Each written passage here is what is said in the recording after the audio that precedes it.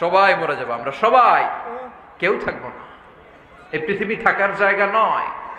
কিয়ামতের সময় আল্লাহ তাআলা মালাকুল মাউতকে বলবেন, সবার রূহ কবজ করে ফেলো, সবার, কেউ থাকবে না, সবার রূহ কবজ হয়ে যাবে।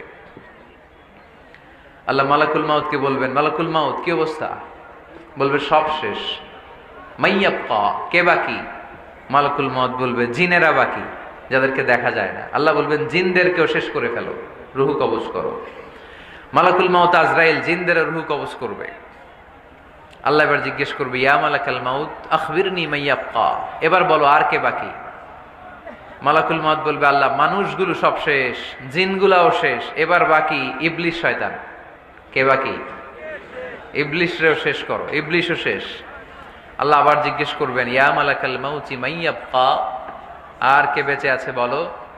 মালাকুল মাউত বলবে, আল্লাহ আপনার কথা অনুযায়ী পৃথিবীর সব মানুষের রূহ কবজ করলাম, সব জিনদের রূহ কবজ করলাম, ইবলিসের রূহ কবজ করলাম, এখন আছে শুধু ফেরেশতারা।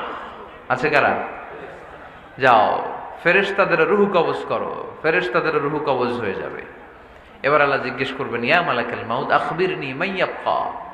মালাকুল মাউত বলবে, আল্লাহ আপনার কথা মতো ধরে ধরে সব শেষ, ফেরেশতাও শেষ, 4 জন ছাড়া। কয়জন ছাড়া? জোরে বলেন, কয়জন ছাড়া?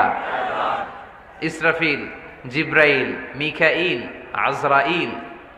আল্লাহ এই 4 জন আমরা বাকি। আল্লাহ বলবে, যাও ইযহাব ইনতালিক ইলা জিবরিল ওয়াকবাদ রূহা, জিব্রাইলের রূহ কবজ করো। ইযহাব ইলা ইসরাফিল ওয়াকবাদ রূহা, ইসরাফিলের রূহ কবজ করো। ইযহাব ইলা মিকাইল ওয়াকবাদ রূহা, রূহ কবজ করো। ওই 3 ফেরেশতাও শেষ। এবার আল্লাহ তাআলা জিজ্ঞেস করবেন, ইয়া মালাকাল মাউত আখবিরনি মাইয়াবকা, হে মালাকুল মাউত আর কে বাকি আছে বলো। মালাকুল মাউত বলবে, আল্লাহ আপনার কথা মতো মানুষগুলো শেষ, জিনগুলো শেষ, ইবলিস শেষ, আমার বাকি 3 ভাই ইসরাফিল, মিকাইল, জিব্রাইলও শেষ, শুধু আমি, শুধু আমি।